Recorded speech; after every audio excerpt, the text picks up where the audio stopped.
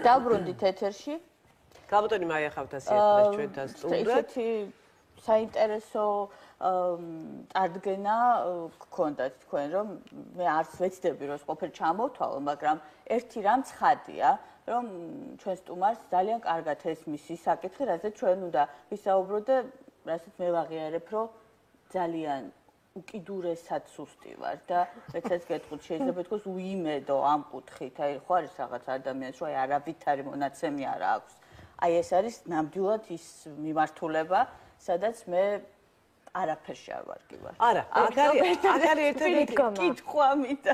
არა, მე ექვემდებარება თუ არა წრთნას. ზუსტად ამ კითხვით მინდოდა მე დამეწყო. არის თუ არა საგანი, რომელიც შეიძლება ისწავლოს ადამიანმა ისევე როგორც ნებისმიერი სხვა, მაგალითად ინგლისური ენა, მათემატიკა, ფიზიკა, კი ბატონო. აი, არის თუ არა ეს საგანი, რომლის სწავლაც შეიძლება. კი, შეიძლება. გაჭირდება გაჩვენებს.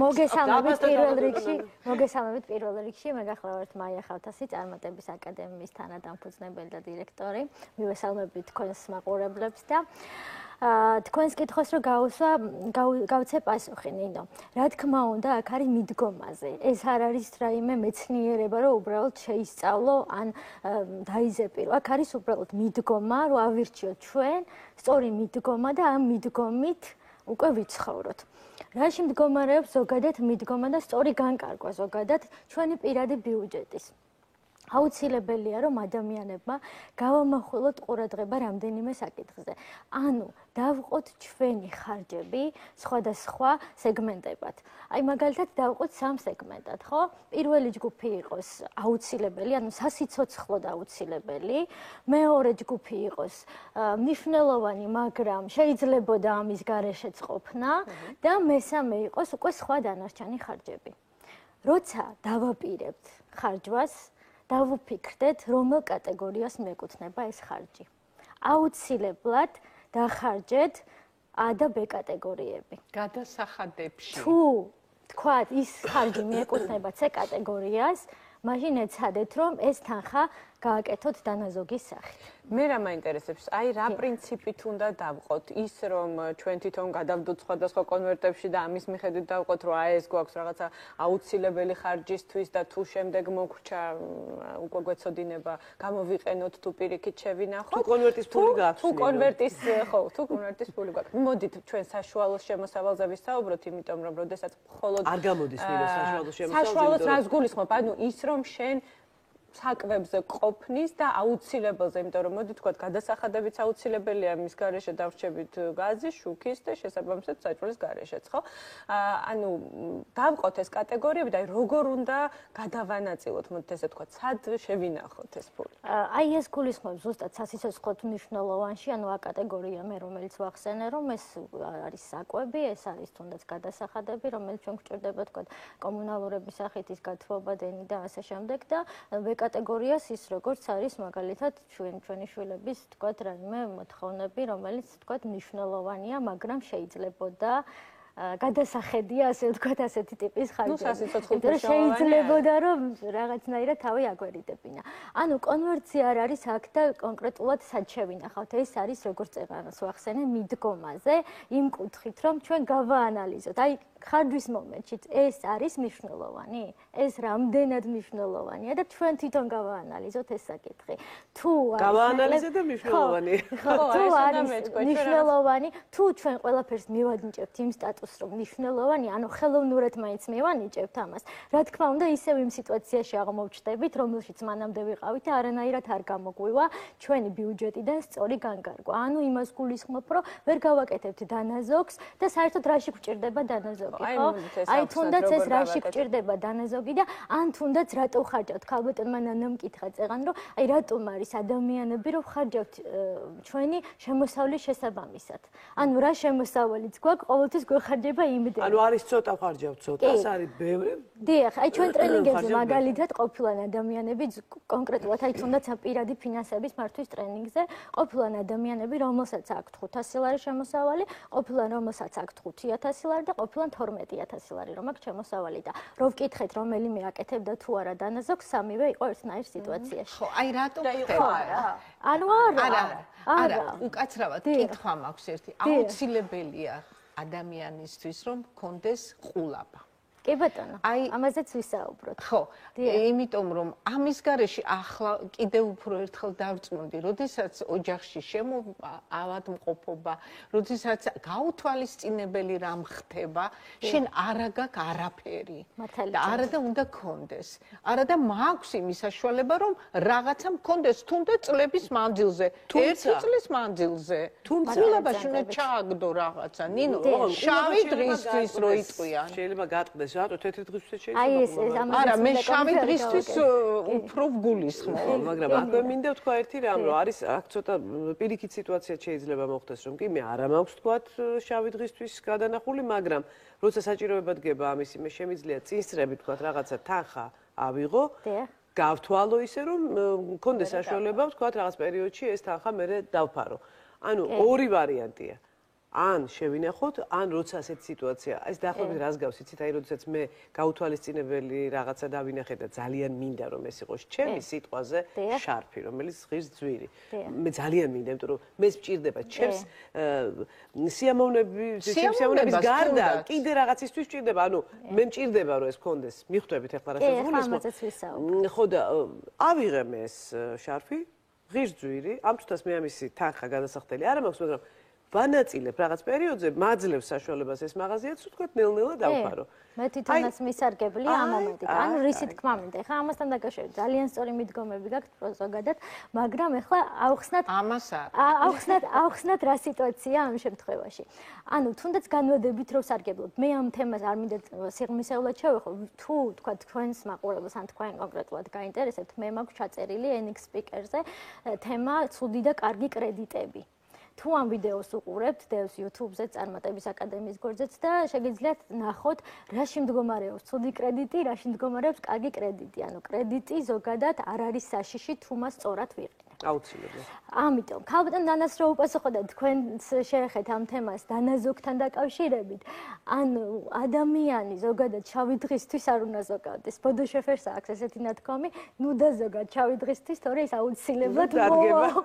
ამიტომაც დაზოგეთ თქვენი კეთილდღეობისთვის. აბსოლუტურად საქმეები. კარგი ყულაბას დავაწერ კეთილდღეობისთვის. კომენტარია ძალიან საინტერესო. გონია რომ ახალგაზრდა ქალბატონია ესე მეჩვენება. ასე წეს გადადებული საქმე ეშმაკისაო, სულ სამომავლო ზრუნვა და აწმყოში შეზღუდვა არ მიმაჩნია დიდად სარფიანე, თუ იმდენი მაქვს რომ არც მოვიკლო და თან დავაგროვო, კარგია, მაგრამ დღეს კინოში არ წავიდე ხვალ აუზზე, ზეგ სალონში, იმიტომ რომ 10 წლის შემდეგ ეს ფული დამჭირდება. რა ვიცი, ხვალე ვიზრუნოს ხვალე. ძალიან კარგი კომენტარია. მე თქვენკენ ვარ აბსოლუტურად. მე არ ვიცი ეს ხვალე იქნება. ეხლა გავცეთ ამ შემთხვევაში პასუხი. როგორ არის იცით, ადამიანმა მინიმუმ უნდა გადადოს, ნინო საუბრობდა წეღან უსმენდი, მინიმუმ თავის შემოსავლიდან 10%. ეს დადგენილია, რომ ის 10%-ია, რომლის გარეშეც ყველა ადამიან შეუძლია რომ იცხოვროს. იმიტომ არის განსაზღვრული 10%. სამაგიეროდ, თქვენ თუ თქვენი ყოველი შემოსავლიდან თვიური გაქვთ თუ დღიური გაქვთ, გადადებთ 10%, შეიძლება 1 წლის, 2 წლის მერე გქონდეთ სერიოზული დანაზოგი.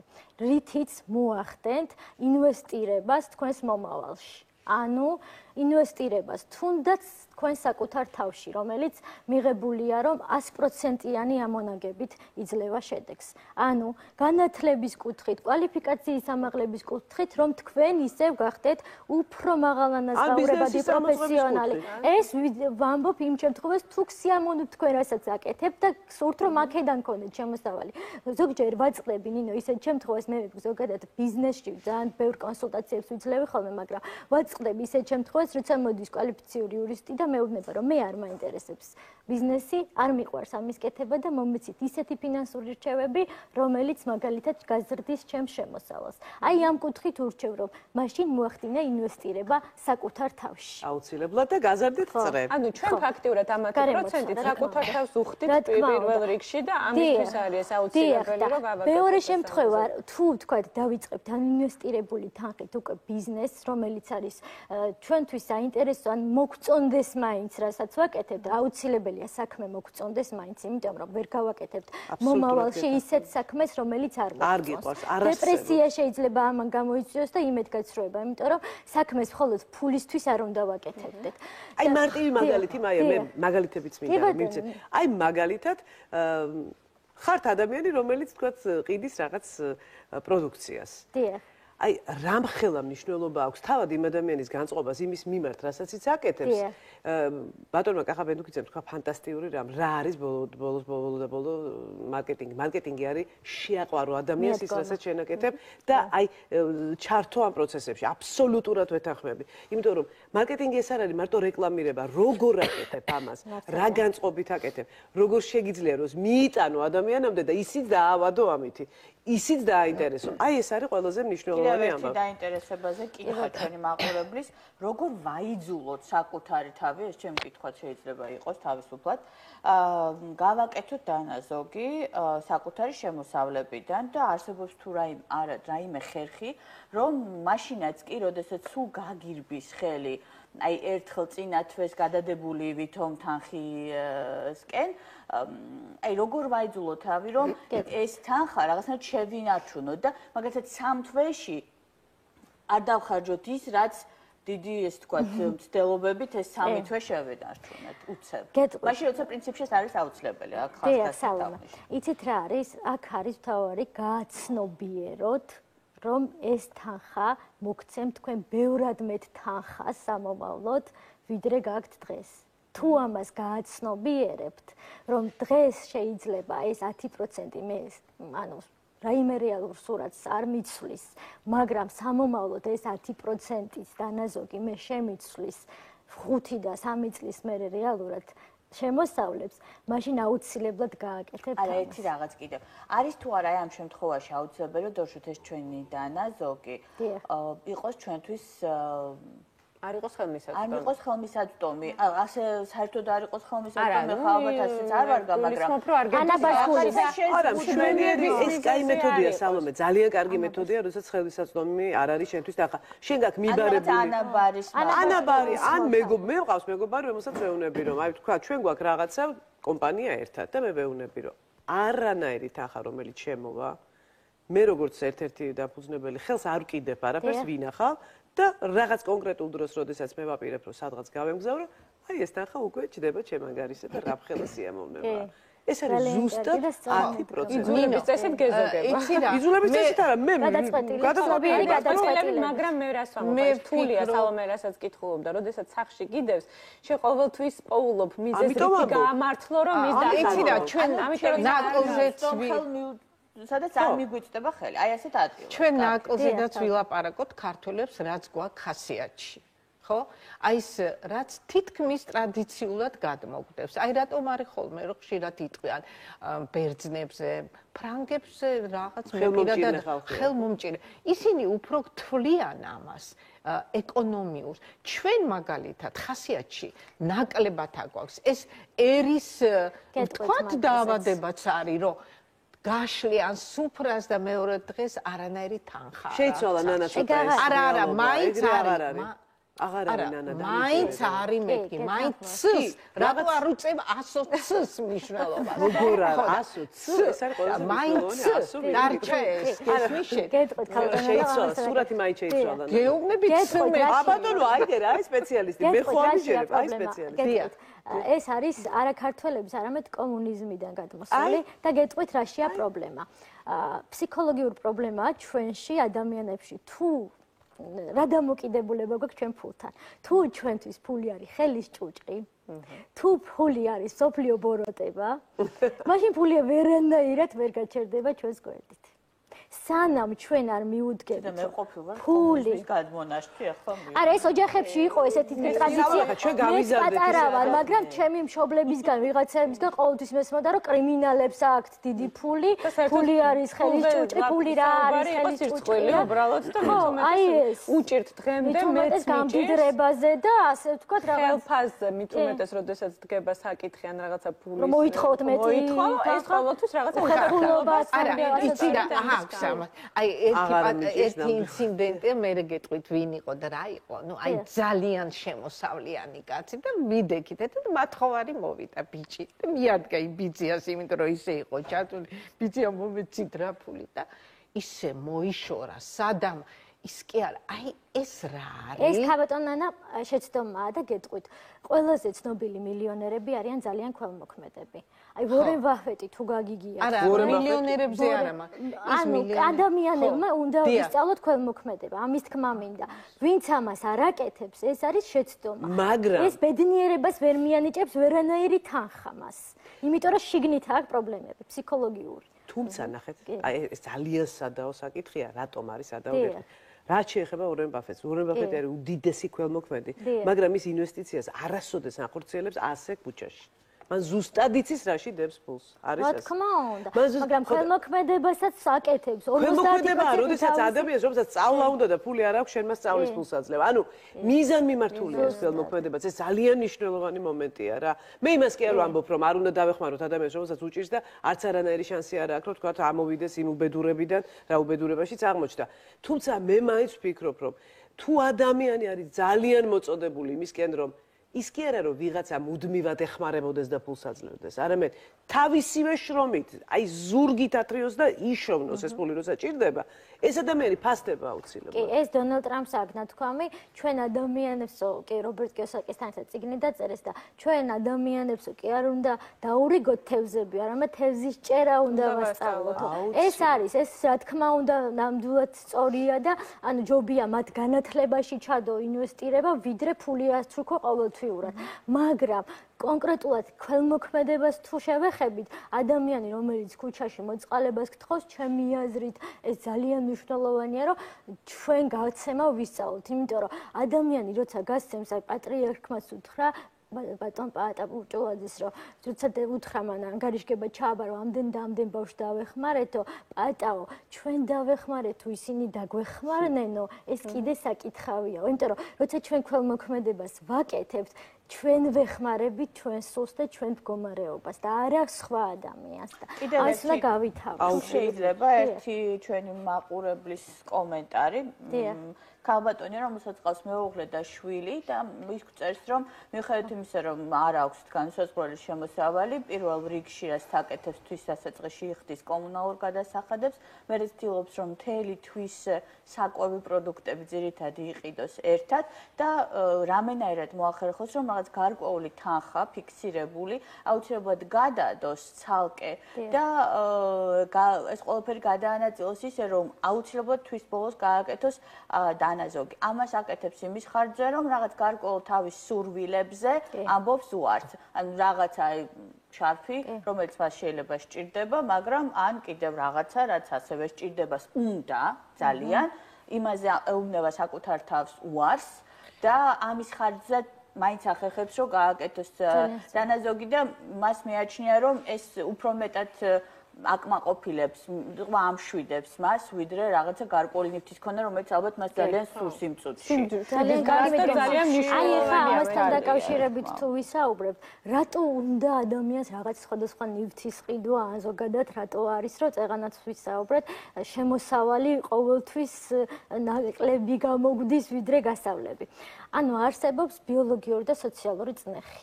ბიოლოგიური წნეხი არის ის, რაზეც წეღან თქვით A კატეგორიას, რომელიც მიეკუთვნება, ანუ ეს არის ჩვენთვის საჭირო საკვები, დენი, გაზი და ანუ კომუნალურები და ასე შემდეგ. დიახ, პირველადი რაც გჭირდება, თუნდაც პირველადი მოხმარების ტანის ამოსიც კი. მაგრამ არსებობს უკვე სოციალური წნეხი. რამდენიმე წლის წინ, ათეულობით წლის წინ მეწარმეებმა გამოუშვეს იმაზე მეტი პროდუქცია, ვიდრე იყო მოთხოვნა.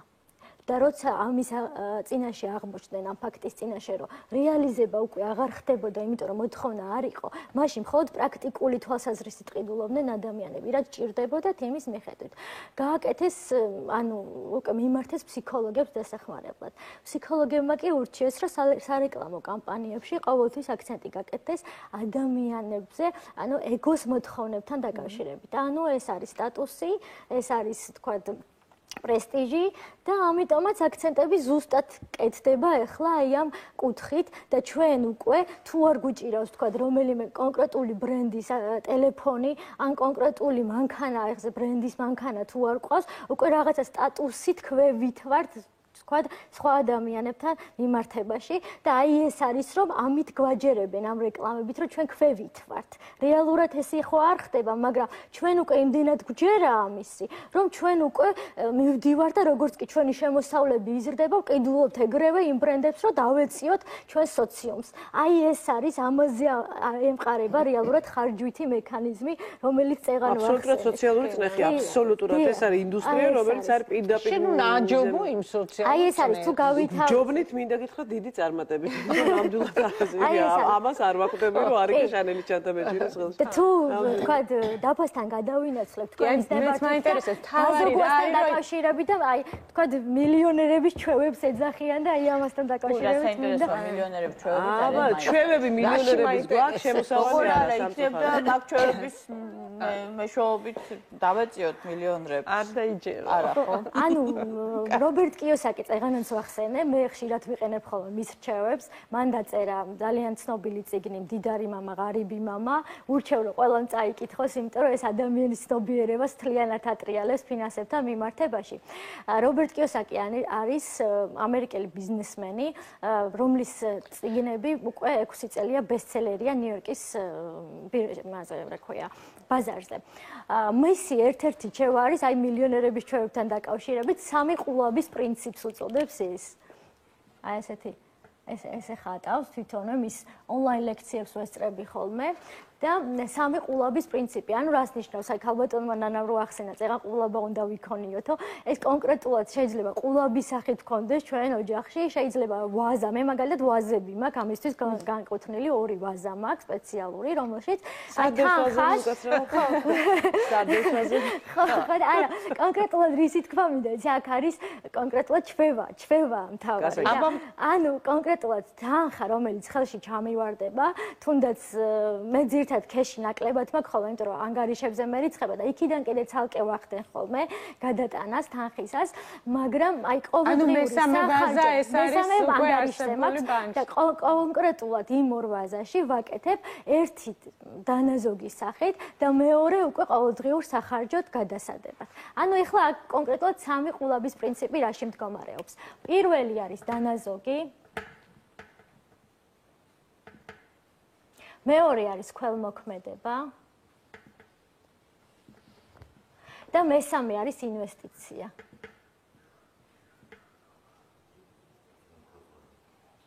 და როგორ გაიყოფა ჩვენი შემოსავალი პროცენტულად აი ამ სამ ყულაბაში როგორ უნდა განსაზღვროთ თუ ამისთვისაც რეცეპტი არსებობს? მოგახსენებთ სალომე.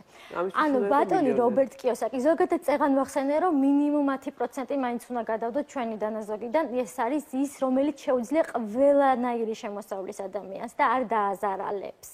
მაგრამ ბატონი რობერტ კიოსაკი გვიჩევს ესეთ რაღაცას, რომ თავიდან დაიწყეთო თქვათ ლარებში რო გადმოვიყვანოთ ის დოლარზე საუბრობთ, მაგრამ 1 ლარით ყოველ დღე ადექით და გადადეთ უბრალოდ თითო ლარი. შეიძლება ეს თქვათ საქველმოქმედო არც ვაზა ქონდათ არაფერი, უბრალოდ აი მანქანაში მაქვს მე მაგალითად ერთი ადგილი გამოყოფილი, სადაც ყოველთვის ხურდას რაღაცას ვაწყობ და ვიღაცა რო შემხვდება, ვისაც მაგალითად ჩემი დახმარება სჭირდება, მე იქიდან ვიცი რომ შემიძლია მოვახდინო ქველმოქმედების სახით. ანუ ეს არ არის რომ მანავე სახში ვქონდეს და რაღაც, აქ არის რომ კონკრეტული განსაზღვრება მივცეთ, რომ ვინახავთ და გადავდოთ. შემდეგ უკვე თუ თქვა ეს 1 ლარი ჩვენ არ გვიჭირს, მაშინ უკვე დავიწყოთ 3 ლარზე გადავიდეთ.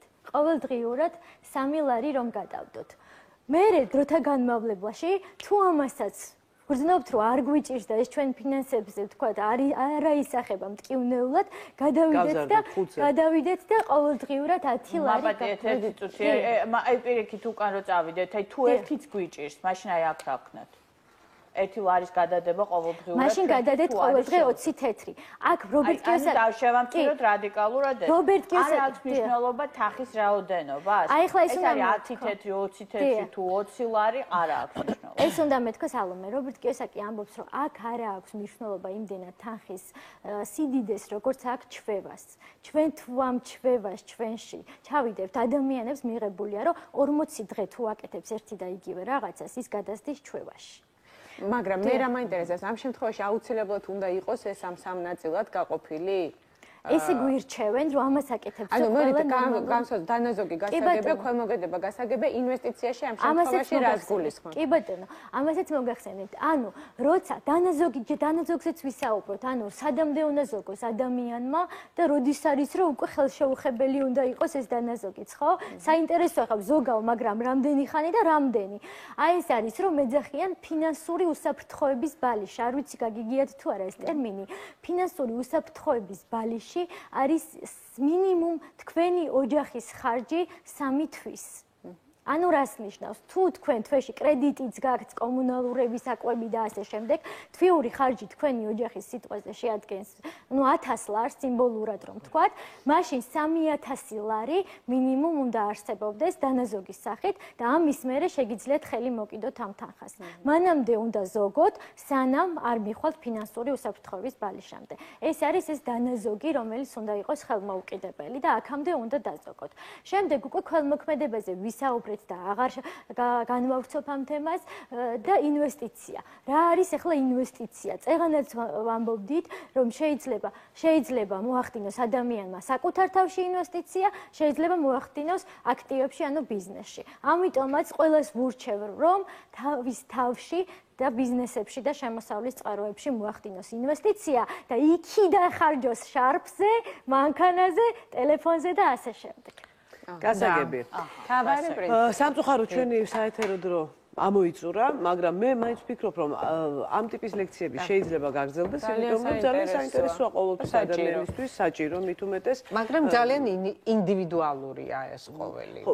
გამომდინარე იქიდან, რომ ჩვენ არა ვართ სამწუხაროდ შემოსავლებით სტაბილური ქვეყანა, რას გულისხმობ, ანუ მოსახლეობის ფართო ნაწილისთვის, თქვათ, სტაბილური შემოსავალი არის ფუფუნება, ნამდვილად ასე, იმიტომ რომ არ ვიცი, საქართველოს მოსახლეობის ალბათ 30% შეუძლია თქვას, რომ აქვს სტაბილური შემოსავალი. ჩვენ უფრო სიღრმისეულად ვეხებით ამ თემებს, ორდღიან ტრენინგს ვატარებთ პირად ფინანსებთან დაკავშირებით ჩვენს აკადემიაში, გვაქვს კიდე ბუღალტერიის და ფინანსური აღრიცხვის ცალკე კურსი და ანუ იქ უფრო ძირფესვიანად ვეხებით ამ თემებს და ამიტომ არის რომ ეხლა ესე აი ამ ფორმატით მიჭირს რომ უფრო სიღრმისეულად. და კითხვა მაგ ლატერეის თამაში არის სასარგებლო? ანდრე იგივე დანაზოგია ბატონონა, ამიტომ რა თქმა უნდა მისაღებია. იგივე დანაზოგია თქვენ აკეთებთ იმას. თუმცა გაითვალისწინე, როცა პირველი ადამიანი იღებს, მე რა ბოლოს კეთდება. თავარია რაში ხარჯავთ, აქ თავისთვის არის მინდოდა დასასრულს. თქვენ ინვესტიციებში აკეთებთ. ფაქტიურად დრო აღარ დაგშა უბრალოდ რამე და დამეზუსტებინა. თუ ამ ეტაპზე, იმიტომ რომ ბევრი ადამიანი გვისმენს და ფიქრობს, რომ მას არ აქვს ამ წუთას დანაზოგის გაკეთების საშუალება, არის თუ არა მთავარი ის, რომ თუნდაც რაც გვაქვს, აი სალომესთან იყო ესეთი შეკითხვა, რომ როდესაც მე მივდივარ ყიდულობ ერთი თვის მარ აქვს. ნუ ყოველ შემთხვევაში რაც უნდა ვიმყოფინოთ, თუნდაც საკვები პროდუქტი. რამდენად მნიშვნელოვანია, რომ ამისთვის ჩვენ გავწეროთ ბიუჯეტი და გავცხრილოთ და თუნდაც ამისთვის გვეყოს. თუ არ ყოფნის მაგალითად დანაზოგი. თუნდაც ის გადავხედოთ იმ კატეგორიების მიხედვით, წეღან როგორც ვისაუბრეთ, A, B და C-ს მიეკუთვნება ის ხარჯი, რასაც ვხარჯავთ, ან თუნდაც რომ ერთიანად საკვებში ვხარჯავთ, ის ყველაფერი საჭიროა, თუ უბრალოდ ფუფუნების საგნებია, ხო? აი ესეც გადასახედია, რომელ კატეგორია ხარჯს მიეკუთვნება ის ხარჯიც, რომელსაც დღესდღეობით ხარჯავთ. ამიტომ ადამიანებმა ხარჯებს თუ გადახედავენ, აუცილებლად ექნებათ იმის შესაძლებლობა, რომ თუნდაც ეს ჩვევა გამოიმუშავოთ, ლარი თუ არა, როგორც წეღან თქვით მისთან საუბარში 50 თეთრი და 20 თეთრით დაზოგონ.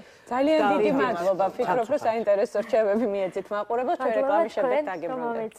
მადლობა.